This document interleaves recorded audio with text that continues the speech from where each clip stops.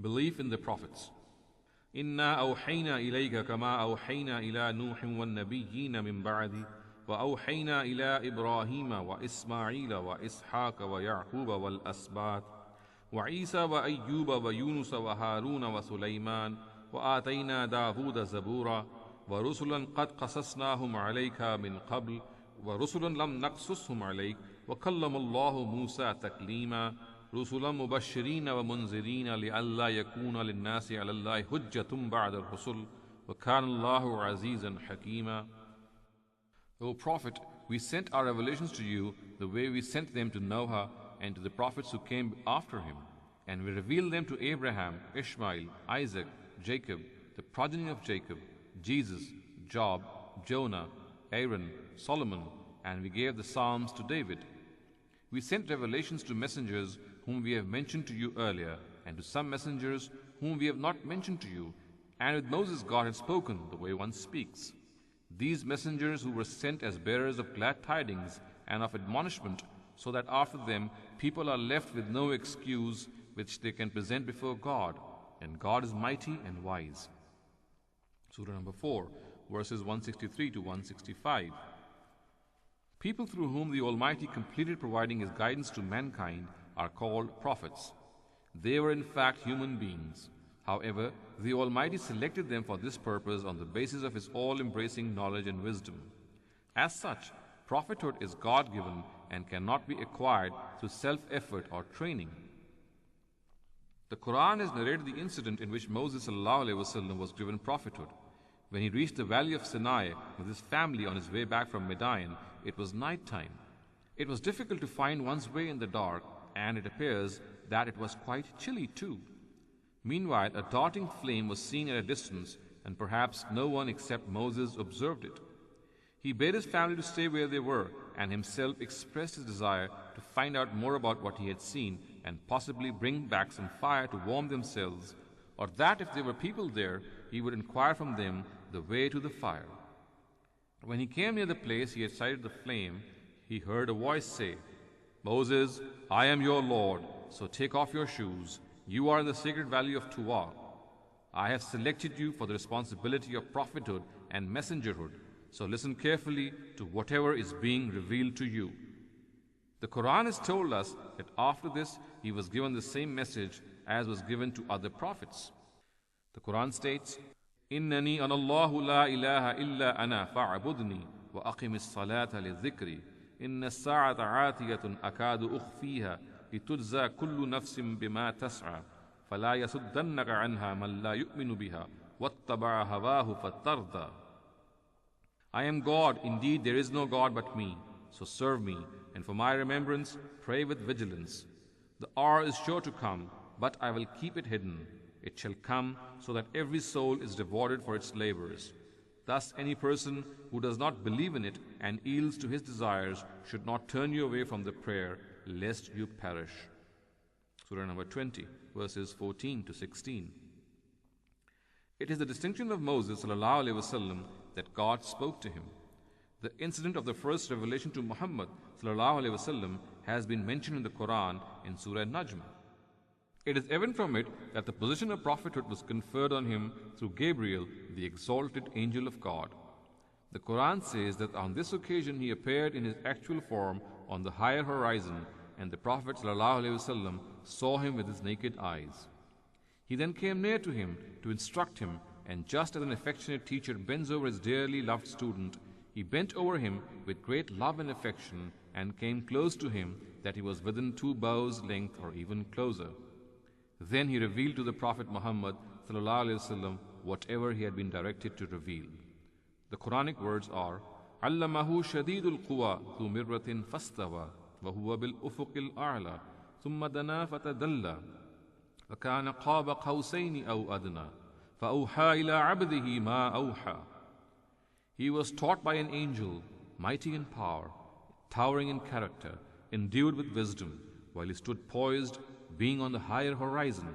Then he drew near and came down within 2 bows' length or even closer.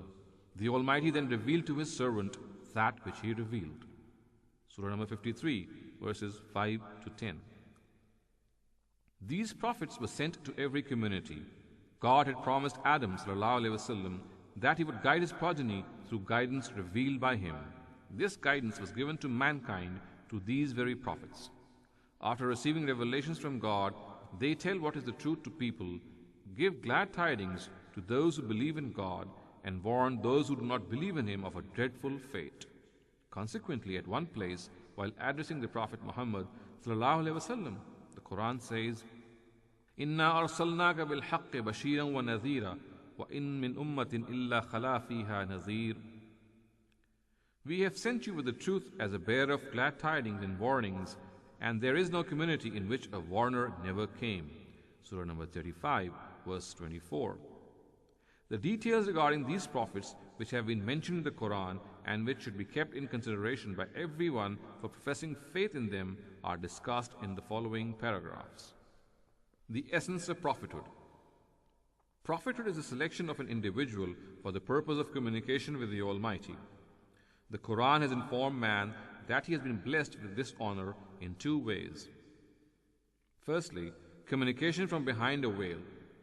In this case, a person hears a voice but does not see who is conversing with him. God spoke to Moses in this way. He started to hear a voice from a tree in the valley of the Mount Sinai, but there was no one he could see. Secondly, through wahi. This word is used for revealing something in the heart of someone. This again has two forms.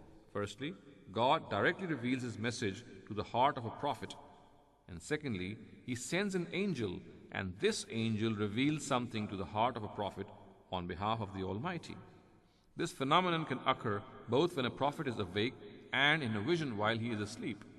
In case of a vision, whatever is communicated is at times in symbolic form. The way revelations would come to Muhammad ﷺ is described in various hadith narratives. It is evident from them that in its most intense form, the sound of a ringing bell would precede the process of revelation. Such was the intensity of the whole process that he would be drenched with sweat even in the coldest of weather. The Quran has specified that apart from this observation, the nature of wahi is beyond the comprehension of man. It says, وَيَسْأَلُونَكَ عَنِ الرُّوحِ قُلِ الرُّوحُ مِنْ أَمْرِ رَبِّي وَمَا أُوتِيتُم مِّنَ الْعِلْمِ إِلَّا قَلِيلًا. And they ask you about ar-ruh, that is the wahi. Tell them, this ar-ruh is from among my Lord's command. Little indeed is the knowledge given to you. Surah number 17, verse 85.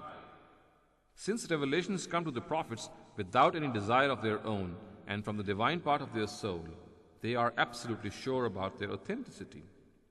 However, at various occasions, for their own satisfaction, the Almighty shows them extraordinary sights and experiences.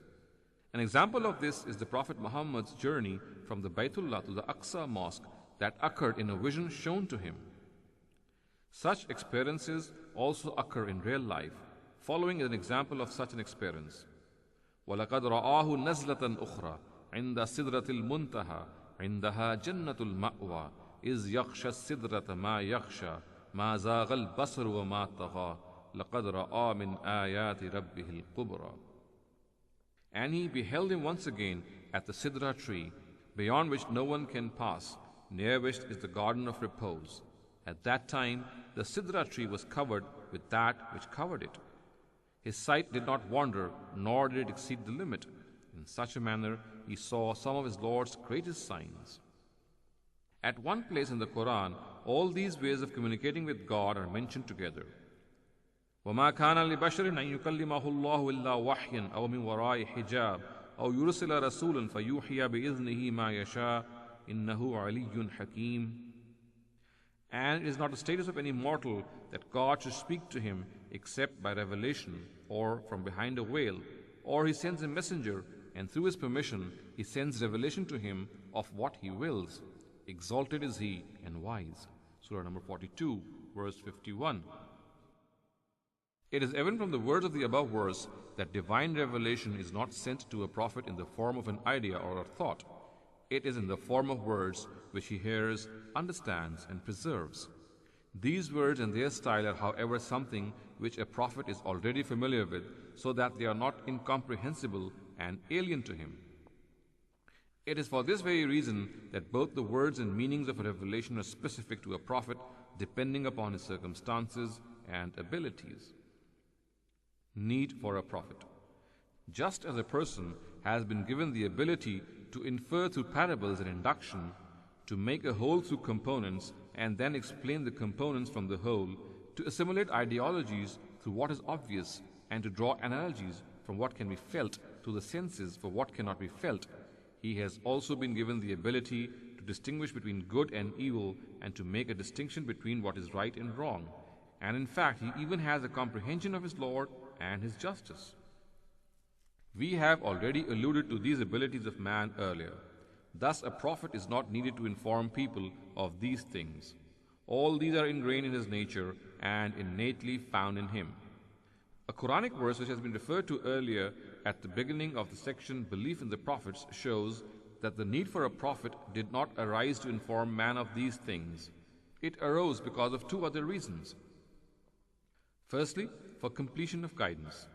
This means that man be reminded of whatever is ingrained in his nature in concise form and of whatever he has known eternally, and all its details be specified for him.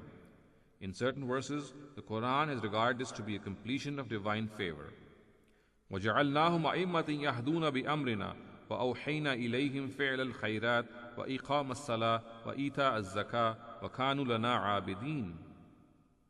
And we have made these prophets leaders to give guidance at our behest, and reveal to them to do pious deeds, show diligence in the prayer, and give zakah. And they worshipped none but ourselves. Surah number 21, verse 73. Secondly, for Itmam al-Hujjah.